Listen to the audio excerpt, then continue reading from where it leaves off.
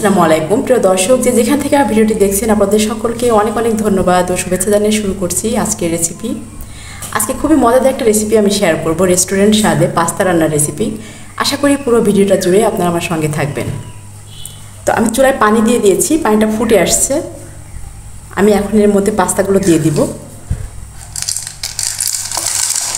আমি প্রায় এখানে 1 বাটি পরিমাণ পাস্তা নিয়েছি, আপনারা কম বেশি করে নিতে পারেন। তো আমি এর ভিতরে 1 টেবিল চামচ পরিমাণে তেল দিয়ে দেবো, যাতে করে পাস্তাটা একটার সাথে একটা জড়িয়ে না যায়, সুন্দর মতো সিদ্ধ হবে এবং একটা অয়েলি ভাব থাকবে। এটা কিন্তু সিদ্ধ হয়ে গেছে, আমি এটাকে এখন নামিয়ে নিব। আমি এখানে প্রায় 200 গ্রামের মতো চিকেন আছে, বুকের পার্ট, এটা দিয়ে দিচ্ছি। এটা আমি 2-3 মিনিট একটু বয়েল করে নিব। চিকেনটা সিদ্ধ হয়ে গেছে, আমি নামিয়ে নিচ্ছি। আচ্ছা, আমি সব কিছু সিদ্ধ করে নিয়ে এখন পাস্তাটা একদম কমপ্লিট করব। তো আমি সাদা তেল দিয়েছি, আমি এর মধ্যে দিয়ে দেবো 1 টেবিল চামচ বাটার।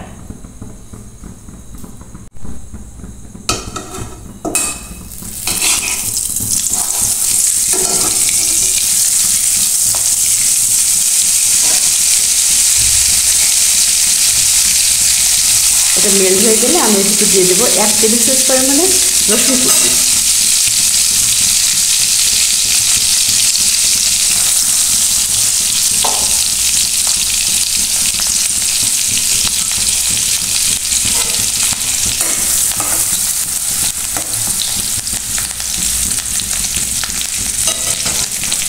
এবারে দিয়ে দেবো আমি পেঁয়াজ কুচি।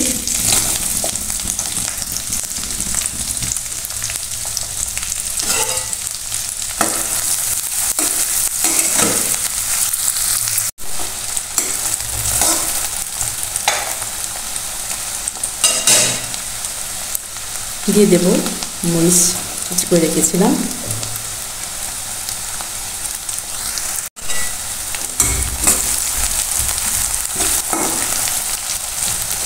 আপনারা যদি বেশি ঝাল খেতে চান আর একটু ঝাল বেশি করে দিয়ে দিবেন।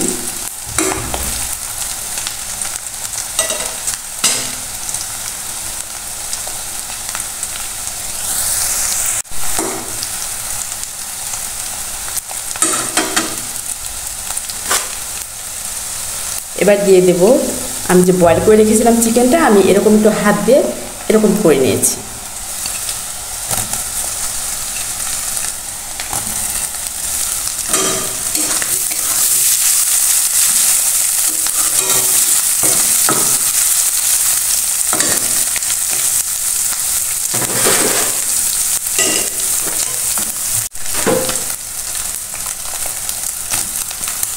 ছোট্ট একটা ডিম, দেশি মুরগির ডিম, এই জন্য খুব ছোট হয়েছে।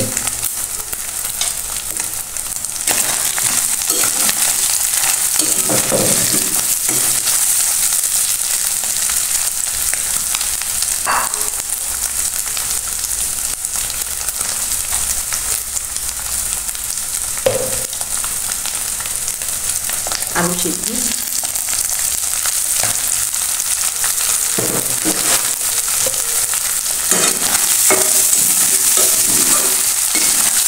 আপনার চাইলে এর মধ্যে ফুলকপি দিতে পারেন, গাজর দিতে পারেন, এগুলো আমার কাছে নেই, সেজন্য আমি এগুলো দিইনি। যেটা আছে সেটা দিয়ে করছি আর কি। নেক্সট টাইম এগুলো দিয়ে করে দেখাবো। এটা কালো বরবটি, আমি সিদ্ধ করেছি, আসলে কালারটা একটু চেঞ্জ হয়ে গেছে।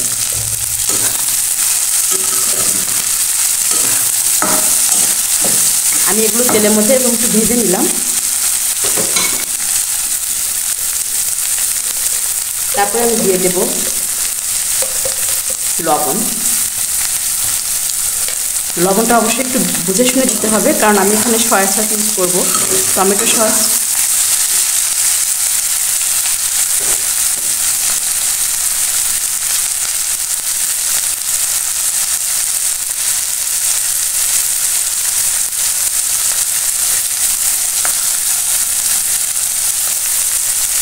পাস্তার মশলা,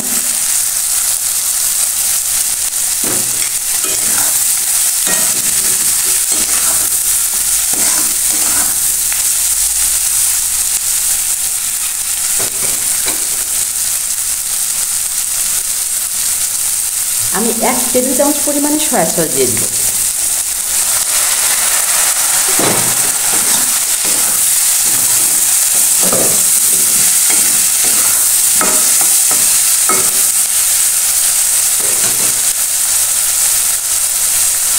আমি কিছুটা টমেটো সস দেব এখন, আর পরে কিছুটা দেব।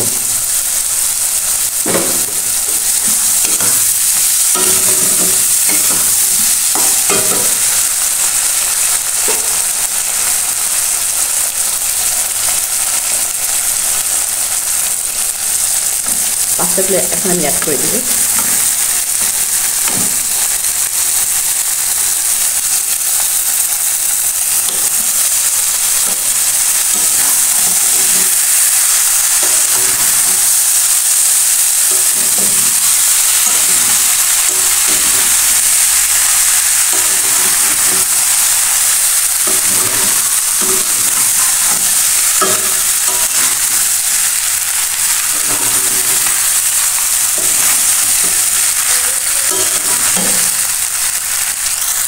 আমি আর অল্প করে একটু দিয়ে দিচ্ছি টমেটো সস।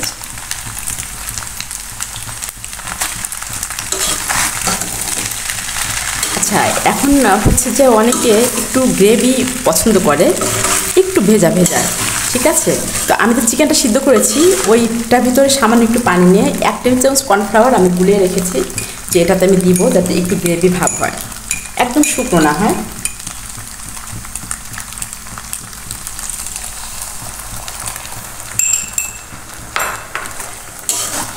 এটা নাড়াচাড়া করলে ঠিক হয়ে যাবে।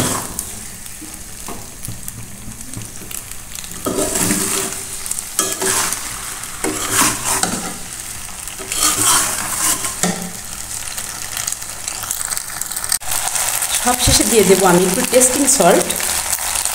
এগুলো কিন্তু রেস্টুরেন্টে ইউজ করা হয় স্বাদ বৃদ্ধির জন্য, আপনারা দিলে দিতে পারেন, না দিলে নেই।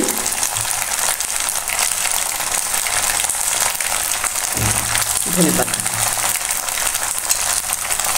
এবং এই পাতাটা আমি দিচ্ছি, এটা আমি তুলে নিয়ে নেব একটু পরে, কারণ এটাতে সুন্দর একটা ফ্লেভার আছে। এই ফ্লেভারটা এর সঙ্গে মিশে যাবে, অ্যাড হয়ে যাবে, আমি তারপরটা তুলে নেব।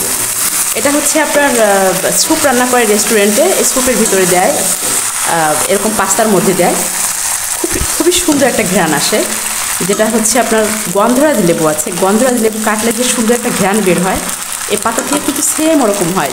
নাম জানলে আমাকে জানাবেন কমেন্টে, আমি নামটা বলতে পারছি না, আমার বাড়িতে আছে, আমি এটা স্যুপে ব্যবহার করি, এরকম করি, তারপরে আমি এটা তুলে ফেলে দিই।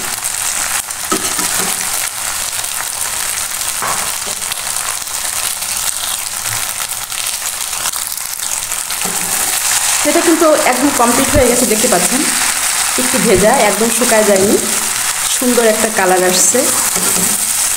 অবশ্যই আপনারা এরকম একটা রেসিপি ট্রাই করবেন। সন্ধেবেলা এরকম পাস্তা হলে তো খুবই মজার, খেতে খুবই ভালো লাগবে। সত্যিকার অর্থে সেই স্বাদ হয়েছে। আমি চুলাটা অফ করে দিচ্ছি।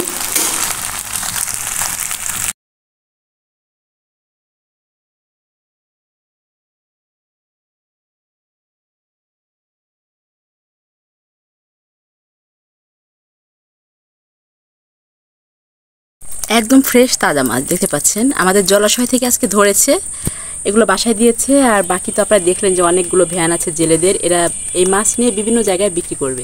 এগুলো বাসার জন্য টাটকিনি মাছ দিয়েছে, এগুলো মেখে বা ভাজি করে খেলে খুবই মজা লাগে, আর এগুলো দিয়েছে।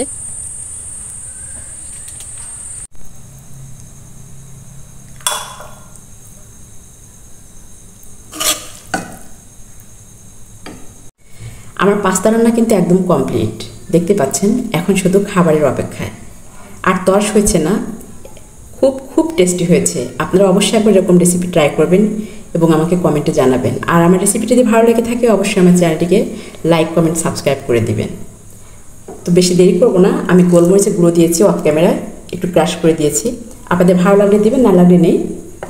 তো সকলের সুস্বাস্থ্য কামনা করে আজকের মতো আল্লাহ হাফেজ।